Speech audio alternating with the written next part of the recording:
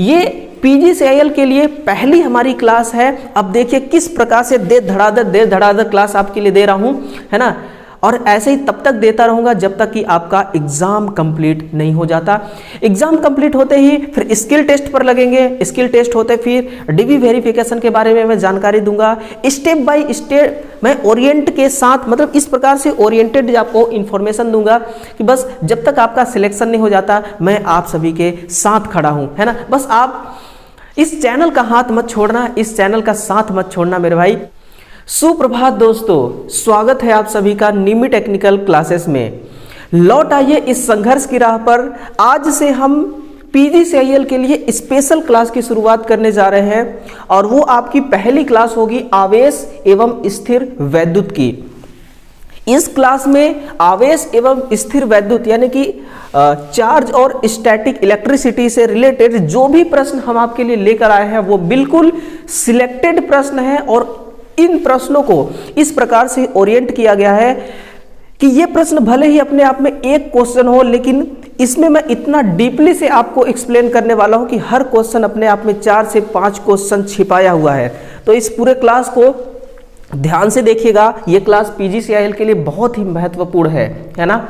और जो भी हमारे सहपाठी, जो भी हमारे मित्रगण चैनल को सब्सक्राइब नहीं किए होंगे, पहली बार देख रहे होंगे, वो चैनल को सब्सक्राइब जरूर कीजिएगा और प्लीज हमें सपोर्ट कीजिएगा, है ना। और क्लास को आप शेयर भी कीजिए, उन विद्यार्थियों तक पहुंचाइए जो PGCIL जैसे बड़े रत्ना यानी कि PSUs की तैयारी कर रहे हैं, गवर्नमेंट जॉब की तैयारी कर रहे हैं। उम्मीद है कि फॉर्म वगैरह आपने अप्लाई कर ही लिया होगा, क्योंकि अब फॉर्म अप्लाई करने का जो डेट है वो भी बहुत ही कम है ना। शायद तक 5-6 दिन का टाइम और भी है। फॉर्म को अप्लाई आप जरूर कीजिएगा, है ना। डेली बेसिस पे आपको डेली सुबह 9 AM पे क्लास देखने को मिलेगा इलेक्ट्रिशियन थ्योरी का, जिसमें हम हर टॉपिक से अब आपको क्वेश्चन सॉल्व कराने वाले हैं। पहला क्वेश्चन मैं आप सभी के सामने पेश करता हूं। उससे पहले देखिए, हमने एक जूनियर टेक्नीशियन का जो इलेक्ट्रिशियन ट्रेड वाले विद्यार्थी हैं ITI का, है ना, उनके लिए ऑफिशियली सिलेबस के बारे में डिस्कशन किया था। इस क्लास में, इस वीडियो में विद्यार्थियों ने बहुत सारे कमेंट किए, बहुत सारे उन्होंने अपना प्यार जताया, बहुत लोग थैंक्स भी बोले। बहुत अच्छा लगता है जब स्टूडेंट पूरी तरह से मन लगा करके और दिल से एक टीचर के साथ कनेक्ट होते हैं, टीचर के साथ प्यार बांटते हैं। वो पल एक टीचर के लिए बहुत ही खुशनुमा और एक बहुत ही अमेजिंग पल होता है ना। तो इसी प्रकार से प्यार बनाए रखिएगा। इस वीडियो को आप जरूर देखिएगा, है ना। फॉर्म अप्लाई अभी तक अगर नहीं किया है आपने तो भी देखिए, फॉर्म अप्लाई कर दिया है तो भी आप देखिएगा, सिलेबस को समझिएगा। पहला क्वेश्चन मैं पेश कर रहा हूं आप सभी के सामने, ये रही बाई लैंग्वेज क्वेश्चन है दोस्तों। कुछ लोगों का कहना था कि सर हमें इंग्लिश भी चाहिए, तो इंग्लिश के फॉर्मेट में भी ये क्वेश्चन है ना। बस थोड़ा सा कॉम्प्रोमाइज कीजिएगा, जहां पे नहीं समझ में आ रहा वहां पे आप कमेंट करके पूछ सकते हैं। निम्नलिखित में से कूलाम और गुरुत्वाकर्षण बल किस नियम का पालन करते हैं, है ना। किस नियम का पालन ये करते हैं, किसके किसके बारे में है? कूलाम का नियम है और गुरुत्वाकर्षण बल का नियम है ना।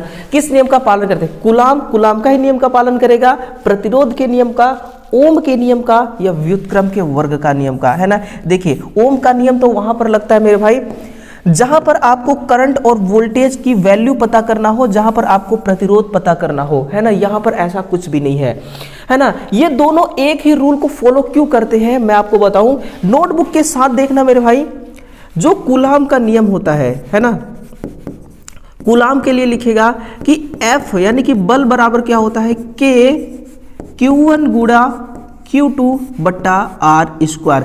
जस्ट इसी प्रकार से जो ग्रेविटेशनल है, गुरुत्वाकर्षण, है ना, गुरुत्वाकर्षण का जो नियम है इसमें भी यही होता है कि F बराबर G m1 गुणे m2 बटा R²। इसमें से आपको एक पैरामीटर ऐसा देखने को मिलता होगा, है ना, जो F बराबर 1/r², इस पे भी है, और F बराबर 1/r² इस पे भी है ना। दोनों कॉमन है, इसलिए दोनों कूलाम, दोनों व्युत्क्रम के वर्ग के नियम का पालन करते हैं। यही है व्युत्क्रम के वर्ग का नियम, है ना। अब यहां से PGCIL वाला एग्जामिनर आपसे और क्या सवाल खड़ा कर सकता है वो आप देखिए।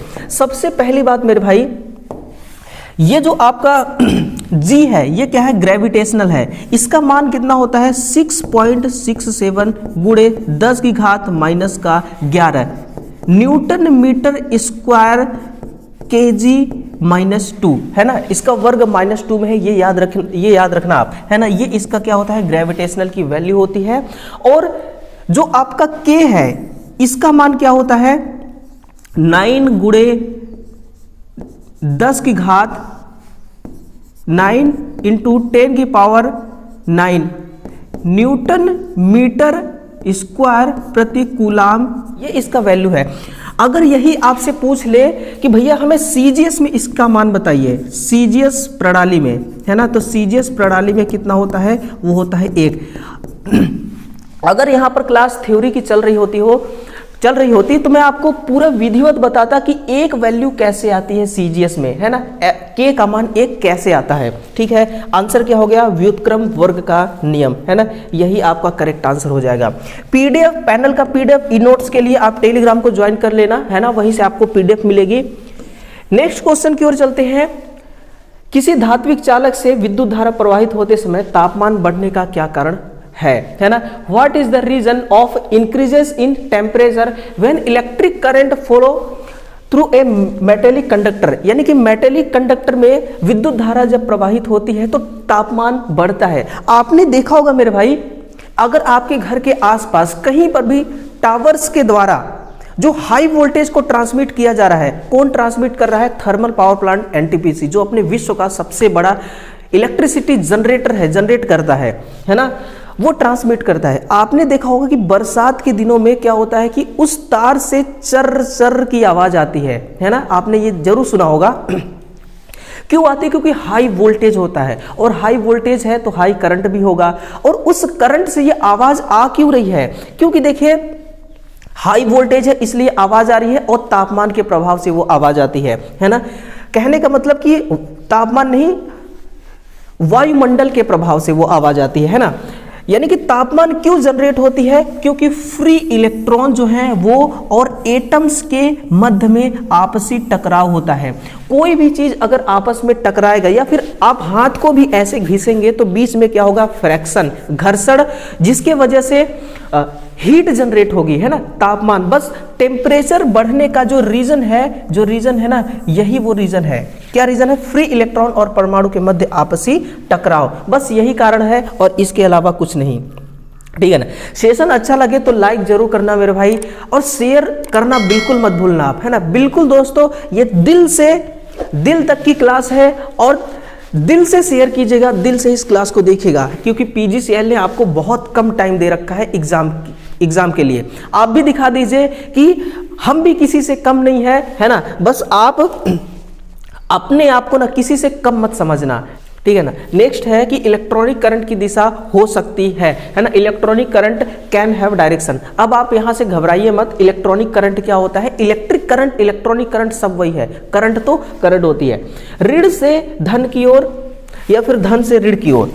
तो किधर जाएंगे आप धन से ऋण की तरफ ही जाएंगे, ऑप्शन नंबर सी।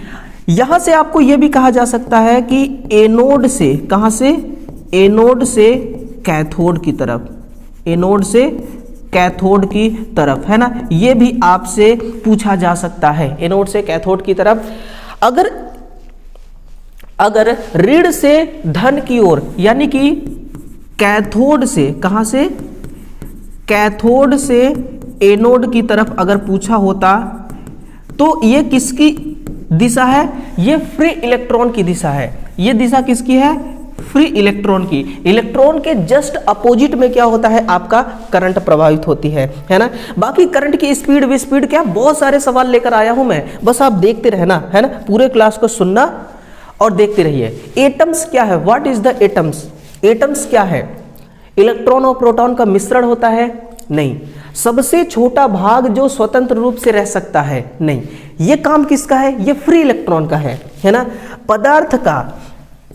पदार्थ का सबसे छोटा कण जिसे और अधिक विभाजित नहीं किया जा सकता है, यही क्या कहलाता है, एटम्स कहलाता है ना। मान लीजिए अगर ये जो गोला है ये क्या है, एटम्स है ना, ये क्या है, एटम्स है। ये किसी भी पदार्थ का सबसे छोटा कण है और इसके अंदर क्या क्या हो सकते हैं, इसके अंदर फ्री इलेक्ट्रॉन हो सकते हैं, है ना, इसके अंदर प्रोटॉन हो सकते हैं और इसके अंदर न्यूट्रॉन हो सकते हैं। इलेक्ट्रॉन, प्रोटॉन, न्यूट्रॉन हो सकते हैं और ये पदार्थ का सबसे छोटा कण कहलाता है ना। ये जो आपका परमाणु है, परमाणु का खोज किसने किया था, परमाणु का खोज किसने किया था, तो ये डाल्टन ने, किसने किया था मेरे भाई, डाल्टन ने परमाणु का खोज किया था, एटम्स का। इसी के अंदर इलेक्ट्रॉन, प्रोटॉन, न्यूट्रॉन होते हैं, है ना। चलिए आगे बढ़ रहे हैं कि किसी द्रव्य पदार्थ में उत्पन्न स्थिर चार्ज कहाँ रहता है।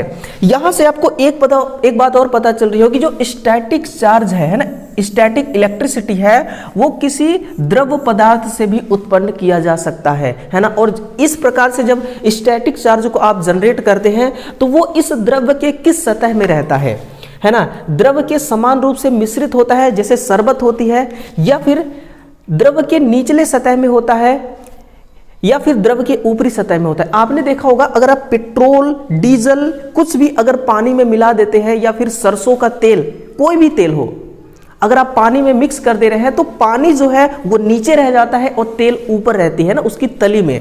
तो ऐसे द्रव के ऊपरी सतह में भी ये आवेश भी रहता है ना, द्रव के ऊपरी सतह में ही आवेश भी रहता है ना। ये जो स्टैटिक चार्ज है, ठीक है। अब कमेंट करके आप मुझे ये बताइए कि स्टैटिक चार्ज का प्रयोग कहां पर किया जाता है। बहुत सिंपल सा आंसर है ना, जरूर बताइएगा स्टैटिक चार्ज का प्रयोग कहां पर करते हैं।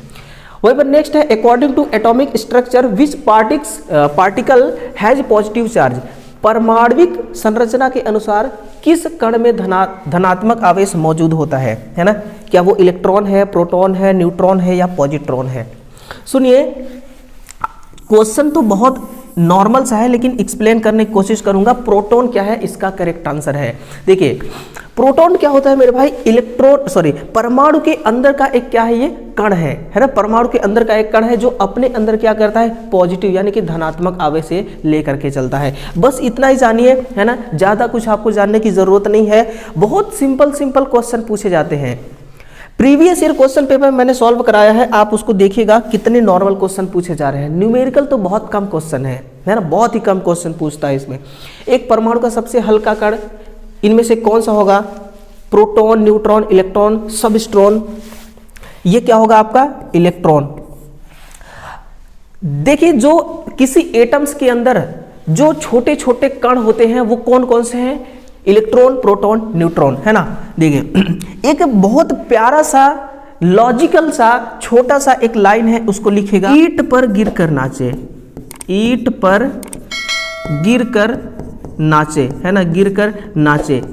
इसको आप याद रखना। ई से क्या हो जाएगी, इलेक्ट्रॉन, ई से होगी आपका इलेक्ट्रॉन, और ट से क्या हो जाएगा, थॉमसन, थ से थॉमसन, और प से हो जाएगा आपका प्रोटॉन, प से क्या हो जाएगी, प्रोटॉन, और गिरकर से क्या होगा मेरे भाई, गिरकर से होगा गोल्ड स्टीन, इससे क्या हो जाएगी, गोल्ड स्टीन। यानी कि इलेक्ट्रॉन, ई से इलेक्ट्रॉन, और इलेक्ट्रॉन का खोज किसने किया, जे थॉमसन ने। प से हो जाएगा प्रोटॉन, और इसका खोज किसने किया, गोल्ड स्टीन ने, है ना।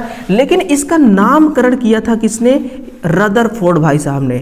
किसने, रदरफोर्ड ने, है ना। और न से होगा न्यूट्रॉन, न्यूट्रॉन, और च से हो जाएगा चैडविक, चेस हो जाएगी चैडविक। तो ईंट पर गिरकर नाचे, अगर आप इस फॉर्मूला को याद कर लेंगे ना तो आपके लिए ये बहुत ही आसान हो जाएगा। इलेक्ट्रॉन, प्रोटॉन, न्यूट्रॉन, और थॉमसन इसका खोज करता है, गोल्ड स्टीन इसके खोज करता है, और चैडविक इसके खोज करता है ना। रदरफोर्ड कौन है, तो ये इसका नामकरण करने वाले भाई साहब है प्रोटॉन का, है ना। अब इनके अंदर देखना, इलेक्ट्रॉन के अंदर निगेटिव आवेश होगी, प्रोटॉन के अंदर पॉजिटिव आवेश होगी, और इसके अंदर 0 कूलाम का आवेश होगा। यानी कि ये क्या होगी, न्यूट्रल होगी, उदासीन होगी, है ना। तो आंसर आपके सामने खड़ी है, इलेक्ट्रॉन इसका जस्ट करेक्ट आंसर होगी, ठीक है। नेक्स्ट है कि स्थिर करंट का उत्पादन किस विधि द्वारा किया जा सकता है। इस करंट को आप भी जनरेट कर सकते हैं, है ना, इसको आप क्या कर सकते हैं, आप भी पैदा कर सकते हैं। अभी देखिए, अभी माहौल किसका चल रहा है, ठंडी का, सर्दियों का सीजन चल रहा है। आप अगर 1 से 2 दिन नहीं नहाएंगे और फिर आप अपना कपड़े उतारेंगे तो फिर आप देखिएगा अंधेरे में जब कपड़े उतारेंगे तो आपकी बॉडी से, यानी कि आपके कपड़े से ना चिंगारी की आवाज़ आएगी, छोटी छोटी चिंगारी की आवाज़ आएगी, है ना।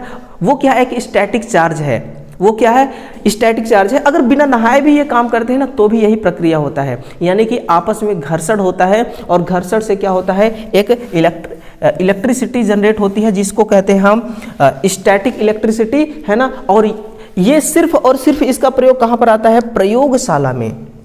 कहाँ पर, लेबोरेटरी में, इलेक्ट्रिसिटी लेबोरेटरी में, इलेक्ट्रिसिटी को ना साबित करने के लिए।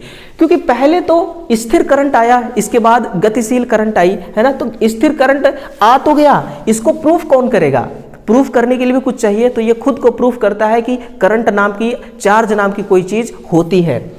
वैद्युत चार्ज की एसआई इकाई क्या होती है, सबसे पहले आप कमेंट बॉक्स में छापिएगा एसआई का फुल फॉर्म क्या होता है ना, इसका पूरा नाम लिखिएगा।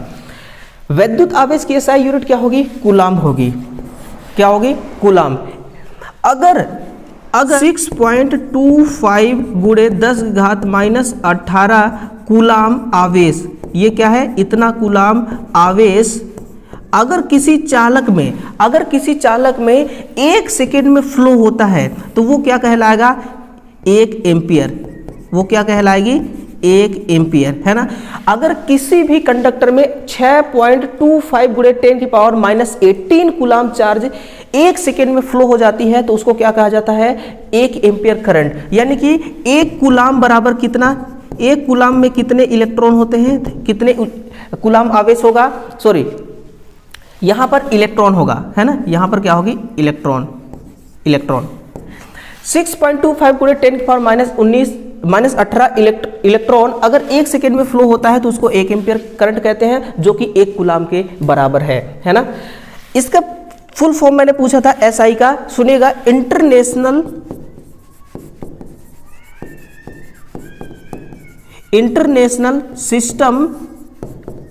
System of unit. International system of unit, ये क्या है, इसका पूरा नाम है ना। एग्जाम में कई बार पूछा जा चुका है, मैंने सोचा आपके लिए सही है बता दिया जाए। एसआई का फुल फॉर्म क्या है, इंटरनेशनल सिस्टम ऑफ यूनिट। ठीक है, अगला देखिए, by which rule is it determined that what will be the value of the electric field intensity inside the region due to a point charge. यानी कि बिंदु आवेश के बारे में क्वेश्चन पूछा जा रहा है कि किस नियम द्वारा यह निर्धारित की जाती है कि बिंदु आवेश के कारण क्षेत्र के अंदर इलेक्ट्रिक फील्ड की तीव्रता का मान है। यानी कि जो भी मान होगा वो किस नियम द्वारा निर्धारित किया जाता है, वो कूलाम के नियम के द्वारा उसको हम निर्धारित करते हैं। यानी कि पॉइंट चार्ज के कारण या पॉइंट चार्ज के वजह से जो इलेक्ट्रिक फील्ड की तीव्रता है वो इकाई आवेश का एक बल है। क्या है, इकाई आवेश का एक बल है, जिसको E बराबर F/Q से दर्शाया जाता है ना, जो कि F बराबर K Q1 इंटू Q2/R² होता है और Q बराबर होती है IT या फिर NE या फिर NE। ये क्या है आपका, यहां पर एरो का निशान किस लिए लगाया गया है, कमेंट करके आप जरूर बताइएगा, है ना। F में भी एरो का निशान है और E में भी एरो का आपका निशान दिखाई दे रहा है। वहीं पर अगले क्वेश्चन की ओर बढ़ते हैं कि किसी चालक में 1 सेकेंड में प्रवाहित करंट किस राशि के बराबर होता है। अभी मैंने आपको बताया वो 1 एम्पियर करंट कहलाएगी, है ना। 1 वोल्ट कब कहलाती है, V बराबर W/Q। W है आपका कार्य, Q है आपका आवेश और V है आपका विभव। V क्या है, विभव है ना। अगर किसी आवेश को इकाई क्षेत्रफल से उठा करके, है ना, किसी आवेश को इकाई क्षेत्रफल से लाने में किया गया कार्य क्या कहलाता है, विभव कहलाती है। यानी कि अगर ये आपका एक तार है, ये आपका क्या है, एक वायर है, यहां पर इस पॉइंट पर क्या है, कोई चार्ज है ना, उसको इस पॉइंट तक लाना है, इस पॉइंट तक क्या करना है, इसको लाना है। तो लाने में जो कार्य करना पड़ रहा है ना, वही वो कार्य कौन कर रहा है, वो वोल्टेज कार्य कर रही है, यानी कि करंट को ट्रांसफर करने का काम कर रही है। ये क्या कहलाती है, आपकी विभव। कार्य का क्या होता है, यूनिट जूल, और आवेश का होता है कूलाम, और विभव का वोल्ट। विभव का क्या हो जाएगी, वोल्ट, है ना। तो ये हो गया आपका करेक्ट आंसर, 1 एम्पियर आपका सही उत्तर हो जाएगा।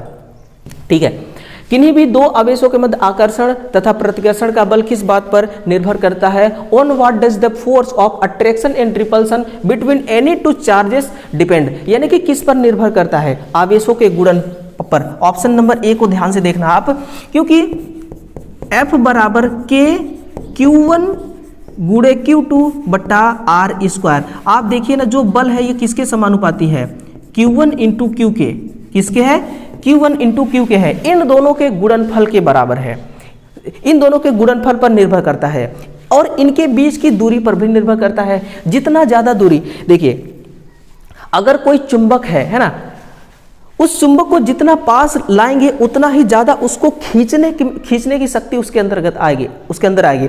अगर उसी को दूर दूर रखेंगे तो हो सकता है वो खींचे ही ना, या फिर बहुत कम बल लगे उसको आपस में आकर्षण करने के लिए भी और प्रतिकर्षण करने के लिए भी। विद्युत शक्ति की आवृत्ति का मान निम्न होने पर बिजली का झटका लगेगा। ये एक जेन्युइन सवाल है ना, और ये एक कॉमन सवाल भी है कि विद्युत का झटका कब लगेगी, जब फ्रीक्वेंसी का मान कैसा होगा। विद्युत का झटका तब लगेगी जब फ्रीक्वेंसी का मान इतना होगा। कितना होगा, जब फ्रीक्वेंसी का मान कितना होगा, कम होगा। कितना होगा, कम होगा। अगर आप इलेक्ट्रीशियन है ना दोस्तों, तो आपको ये बातें बिल्कुल आना चाहिए। अब हम थोड़ा सा यहाँ पर बात कर लेते हैं कि झटका और खतरा के बीच में, है ना। हम यहाँ पर बात करते हैं झटका, इलेक्ट्रिक शॉक, और फिर खतरा, खतरनाक, है ना, डेंजरस, डेंजरस। यानी कि खतरनाक कौन होगा और झटका ज्यादा कौन देगा। तो देखिए खतरनाक तो आपका डीसी होगा, कौन सा होगा, डीसी, और झटका कौन ज्यादा देगा, एसी। झटका कौन ज्यादा देगा, एसी, क्योंकि एसी में फ्रीक्वेंसी होती है, वो एक पॉइंट ऐसा आता है उसका वेव कि 0 पर चली जाती है, और जैसे ही 0 पर चली जाएगी तुरंत एसी आपको छोड़ देगी, है ना। उसका पल्स जो है जैसे ही पॉजिटिव पर जाएगा फिर से पकड़ लेगी, फिर छोड़ेगी, फिर पकड़ेगी। तो ये क्या कर रहा है, एक झटका दे रहा है।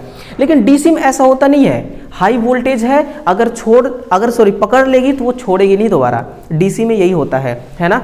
तो इसका अगर इस प्रकार का क्वेश्चन है तो जरूर आप ध्यान दीजिएगा, इस तरह से आपको क्या करना है, आंसर देना है ना। सेशन को लाइक करते जाइएगा, है ना, जो भी विद्यार्थी देख रहे हैं, और शेयर भी करते जाइएगा। चैनल को सब्सक्राइब करके रखना मेरे भाई, क्योंकि PGCIL जो है ये हर स्टूडेंट का सबसे चहेता वैकेंसी बन चुका है। ये इतने पसंद कर रहे हैं, इतने लाइक्स कर रहे हैं, क्योंकि देखिए इससे भी बड़ी वैकेंसी मैंने देखा है, जितना इंटरेस्टिंग विद्यार्थी उस पर नहीं लेते हैं ना, उतना इंटरेस्टिंग ये इस पर ले रहे हैं, इस वैकेंसी पर ले रहे हैं। पता है रीजन क्या है, क्योंकि ये उनके फील्ड की जॉब है, और ये एक ऐसी जॉब है कि इसमें इतने सारे सुविधाएं हैं, इतनी सारी मतलब कि फैसिलिटीज हैं कि अगर आपकी सर्विस लग गई एक बार ना, तो यूँ समझिए आपके तो फिर बल्ले बल्ले ही हैं, दूसरे जॉब की जरूरत ही नहीं है ना। रेलवे को आप भूल जाएंगे, ठीक है ना, इतना बढ़िया जॉब है।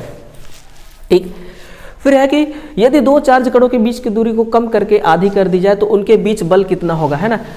If the distance between two charges particles is reduce to half, then the force between them will yes increases. अगर आप आधी कर दी जाए तो दो कणों के बीच की दूरी के बल कितना हो जाएगी। देखिए बल क्या होता है, F बराबर क्या होगा, K Q1 इंटू Q2 बटा R स्क्वायर, यही होगा। फिर F बराबर क्या हो जाएगा, K Q1 इंटू Q2 बटा R क्या है, रेडियस है, इसको कितना कर दिया गया है, आधा कर दिया है ना, वर्ग। इसको आप सॉल्व करेंगे तो कितना आएगा, 1/4, है ना, यानी कि F बराबर 1/4। अगर 4 को आप ऊपर ले गए तो कितना बन जाएगा, F बराबर 4Q1 इंटू Q2, है ना, यही बन जाएगा आपका। यानी कि F जो है F जो है ये कितना हो गया, 4 गुना हो गया। F कितना है, 4 गुना हो गया। आंसर क्या हो जाएगा, ऑप्शन नंबर ए।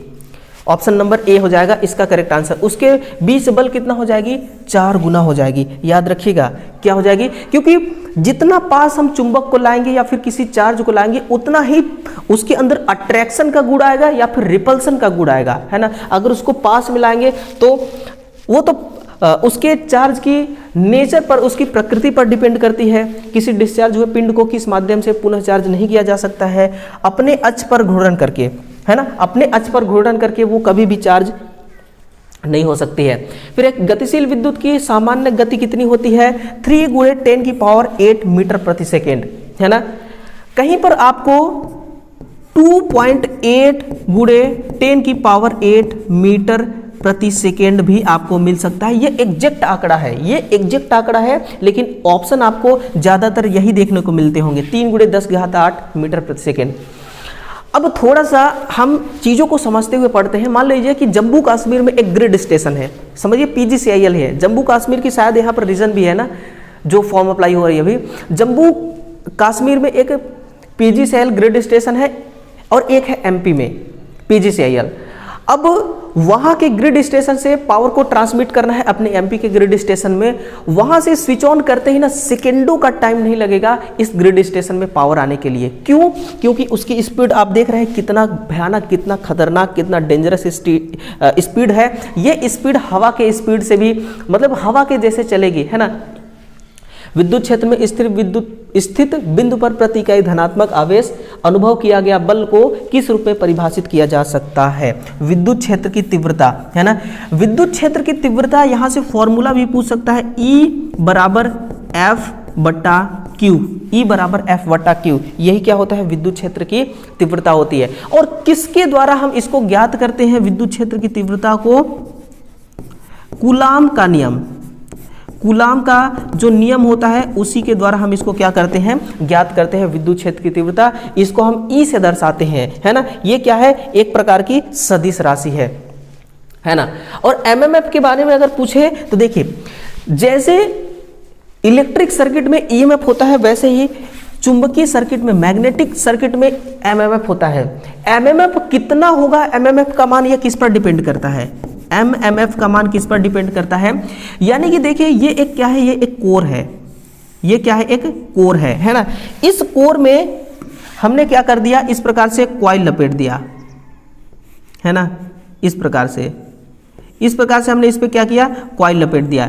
ये जो कॉइल है ये टर्न्स की संख्या है ना। जितना ज्यादा इस पे टर्न्स करेंगे, जितना ज्यादा इस पे टर्न्स लपेटेंगे और जितना ज्यादा इसमें करंट देंगे उतना ही ज्यादा आपका MM है। यानी कि N टर्न्स हो गया, I क्या हो गया, धारा, तो इसमें क्या होगा, ampere into turns. Ampere into turns, ये क्या हो गया, इसका मात्रक, है ना। ये क्या हो गया, इसका मात्रक यानी कि यूनिट। MMF का मात्रक क्या होगा, N × I। Ampere turns, ampere turns कहाँ से आया, जितने टर्न्स आपने लपेटा है और जितना एम्पियर का आप करंट देंगे, है ना, जितने एम्पियर का आप करंट देंगे उसी के हिसाब से आपका क्या होगा, उसी के हिसाब से आपका ये MMF जनरेट होगी, है ना, जैसे कि EMF जनरेट होता है। नेक्स्ट है कि विभवांतर क्या होता है। देखिए ये कुछ नहीं, यह एक विद्युत परिपथ में दो बिंदुओं के बीच का विभव है। अगर दो टर्मिनल्स के बीच में अगर डिफरेंस नहीं होगा तो ये विभवांतर 0 होगी, यानी कि करंट फ्लो नहीं करेगा। विद्युतीय परिपथ में कुल कितने सर्किट होते हैं, तो उसमें देखिए क्लोज सर्किट भी होता है, ओपन सर्किट भी होता है और शॉर्ट सर्किट भी होती है। यानी कि हम ऑप्शन नंबर डी की तरफ जा सकते हैं, उपरोक्त सभी इसका सही आंसर होगा। विद्युत दबाव को मापने वाला यंत्र कौन सा है, which of the instrument that measure electric pressure. Electric pressure को कौन मापेगा, एम्पियर मीटर, वोल्ट मीटर, आवृत्ति मीटर या वाट मीटर, है ना। इसको तो वोल्ट मीटर ही मापेगा। एम्पियर मीटर क्या मापेगी, ये धारा का मापन करेगी, है ना। आवृत्ति मीटर ये फ्रीक्वेंसी का मापन करेगी, ये किसका मापन करेगी, फ्रीक्वेंसी का। वाट मीटर शक्ति की, है ना, शक्ति का मापन करेगा। ये सब के सब क्या है, मीटर है। और ये AC में केवल और केवल काम आते हैं, कहाँ पर, AC में। DC का अलग होता है। विद्युत को ना तो ना तो जा सकता है और ना ही जा सकता है। विद्युत को ना तो प्रयोग किया जा सकता है, मतलब विद्युत को देखा जा सकता है, ना तो देखा जा सकता है और ना ही छुआ जा सकता है ना। ना ही इसको हम देख सकते हैं ना छू सकते हैं। अगर देख सकते हैं तो फिर खोज करने की जरूरत ही क्या थी, है ना। हम देख के ही बता देते भाई विद्युत यहाँ से वहां जा रही है, ठीक है।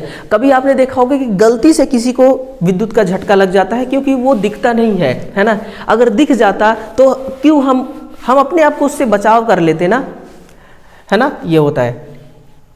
विद्युत के तापीय प्रभाव द्वारा तापमान ज्ञात करने का सूत्र निम्नलिखित में से क्या है। H बराबर ये रहा, H बराबर I square RT। 1 second. H बराबर H क्या है, हीट है, I स्क्वायर RT बटा 4187 किलो कैलोरी। यही क्या है, तापमान ज्ञात करने का सूत्र है। कहीं पर आपको H बराबर I स्क्वायर RT, है ना, H बराबर I स्क्वायर RT यही बस देखने को मिलेगा। इसमें जो करंट है ये वर्ग के समानुपाती है। जो R है, R की वजह से हीट ज़्यादा जनरेट होती है क्योंकि रेजिस्टेंस क्या करती है, करंट का विरोध करेगी और करंट उसमें फ्लो होना चाहेगा। जितना ज़्यादा अमाउंट में आप करंट देंगे उतना ज़्यादा रेजिस्टेंस उसको रोकने की कोशिश करेगा और जितना रोकेगा उतना ही ज़्यादा हीट जनरेट होगी, है ना।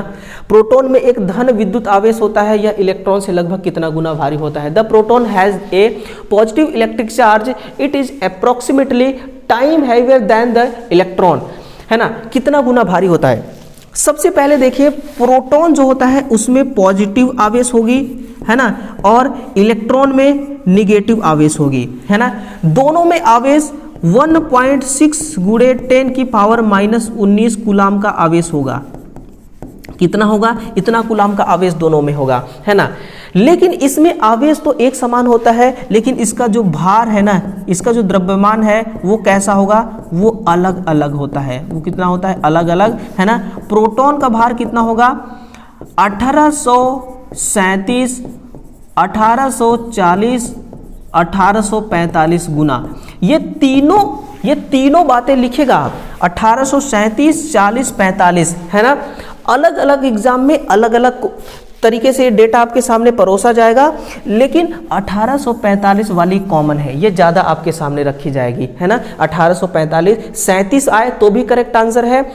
देखिए 37 आएगी तो 40 45 नहीं आएगा, 40 आएगी तो 37 45, 45 आया तो 40 37 नहीं आएगी, है ना। 1840 गुना, 1840 गुना। ऑप्शन देखिए आपके सामने है, इस बार 45 का ऑप्शन नहीं है ना। ये होगा आपका सही आंसर। फिर नेक्स्ट है कि निम्नलिखित में से गॉस का रूल कहां पर प्रयोग किया जाता है। आज के क्लास का देखिए लास्ट क्वेश्चन है, गोलाकार सेल्स के लिए भी प्रयोग करते हैं, आवेश की अनंत शीट के लिए भी, बिंदु आवेश के लिए भी, है ना, यानी कि उपरोक्त सभी, यानी कि क्या होगा इसका आंसर, उपरोक्त सभी इसका राइट आंसर हो जाएगा। देखिए ये रहा टोटल आज के क्लास का क्वेश्चन, है ना। टोटल इतने ही क्वेश्चन है हमारे पास। चलिए ये रही। तो ये क्लास कैसे लगी आप सभी विद्यार्थी कमेंट करके जरूर बताएंगे, अपना प्यार कमेंट बॉक्स में जरूर छापेंगे। बिल्कुल दोस्तों दिल का इमोजी भेजिएगा और कमेंट बॉक्स को बिल्कुल भर दीजिए, है ना। कमेंट से भर दीजिए कमेंट का बॉक्स। यूट्यूब ने आपको इसीलिए कमेंट बॉक्स दे रखा है ताकि आप अपनी राय जो है ना वो वहां पर रख सकें, ठीक है ना। ये PGCIL के लिए पहली हमारी क्लास है। अब देखिए किस प्रकार से देर धड़ाधड़ क्लास आपके लिए दे रहा हूं, है ना। और ऐसे ही तब तक देता रहूंगा जब तक कि आपका एग्जाम कंप्लीट नहीं हो जाता। एग्जाम कंप्लीट होते ही फिर स्किल टेस्ट पर लगेंगे, स्किल टेस्ट होते फिर DV वेरिफिकेशन के बारे में मैं जानकारी दूंगा। स्टेप बाय स्टेप मैं ओरिएंट के साथ, मतलब इस प्रकार से ओरिएंटेड आपको इन्फॉर्मेशन दूंगा कि बस जब तक आपका सिलेक्शन नहीं हो जाता मैं आप सभी के साथ खड़ा हूं, है ना। बस आप इस चैनल का हाथ मत छोड़ना, इस चैनल का साथ मत छोड़ना मेरे भाई, है ना। बस जुड़े रहिएगा चैनल से, सब्सक्राइब करके जाइएगा। कैसा लगा आज का क्लास कमेंट करके हमें जरूर बताइएगा, है ना। कल हम देखिए safety and occupational safety and tools के बारे में क्वेश्चन आप सभी के सामने लाएंगे और उसमें बिल्कुल सिलेक्टेड क्वेश्चनों का सॉल्यूशन देंगे। चलिए दोस्तों एक छोटी सी मुस्कान के साथ मैं आप सभी से दूर होना चाहता हूं, ताकि कल फिर से वापस आ सकूं और खड़ा हो सकूं आप सभी के सामने। तो चलिए इजाज़त दीजिएगा, मिलते हैं कल सुबह 9 बजे फिर से। तब तक के लिए जय हिंद, जय भारत।